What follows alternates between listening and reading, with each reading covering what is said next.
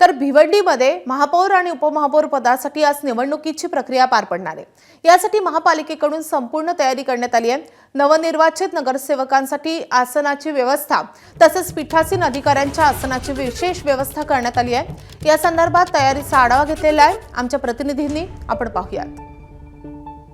2022 पासून भिवंडी महानगरपालिकेमध्ये प्रशासकीय राजवट लागलेली होती आणि आता मात्र भिवंडी महानगरपालिकेमध्ये काही वेळातच आपण जर पाहिलं तर महापौर आणि उपमहापौर यांची निवड होणार आहे आणि त्यामुळे आपण जर पाहिलं तर एकंदरीत संपूर्ण तयारी जी आहे ती महासभेमध्ये या ठिकाणी करण्यात आलेली आहे।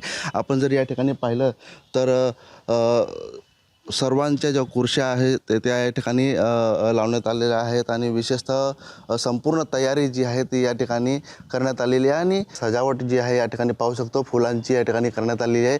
विशेषतः या ठिकाणी खुर्च्या ज्या आहेत या ठिकाणी लावण्यात आलेल्या आहे। मध्ये जे आपण पाहिलं तर पीठासीन अधिकारी असतील, बाजूला त्यांच्या मनपा आयुक्त असतील आणि नगर सचिव असे यांच्या खुर्च्या देखील या ठिकाणी लावण्यात आलेल्या आहेत। काँग्रेसमध्ये जी नाराजी पसरलेली आहे आणि दुसरा भाजपचा जो एक गट जो आहे तो काँग्रेसमध्ये येणार आहे आणि त्यानंतर या ठिकाणी महापौरसाठी या ठिकाणी रस्सीखेच पाहायला मिळणार आहे। त्यामुळे या महासभागृहामध्ये काही वेळात या ठिकाणी महापौर आणि उपमहापौर यांच्या निवडीची प्रक्रिया जी आहे ती या ठिकाणी सुरू होणार आहे। त्यामुळे एकंदरीत जे आहे सर्व नाट्य जे आहे ते या ठिकाणी पाहायला मिळणार आहेत। त्यामुळे संपूर्ण तयारी जी आहे ती या महासभागृहामध्ये सध्या करण्यात आलेली आहे आणि काही वेळात या ठिकाणी महापौर आणि उपमहापौर यांच्या निवडीची प्रक्रिया देखील पार पडणार आहे।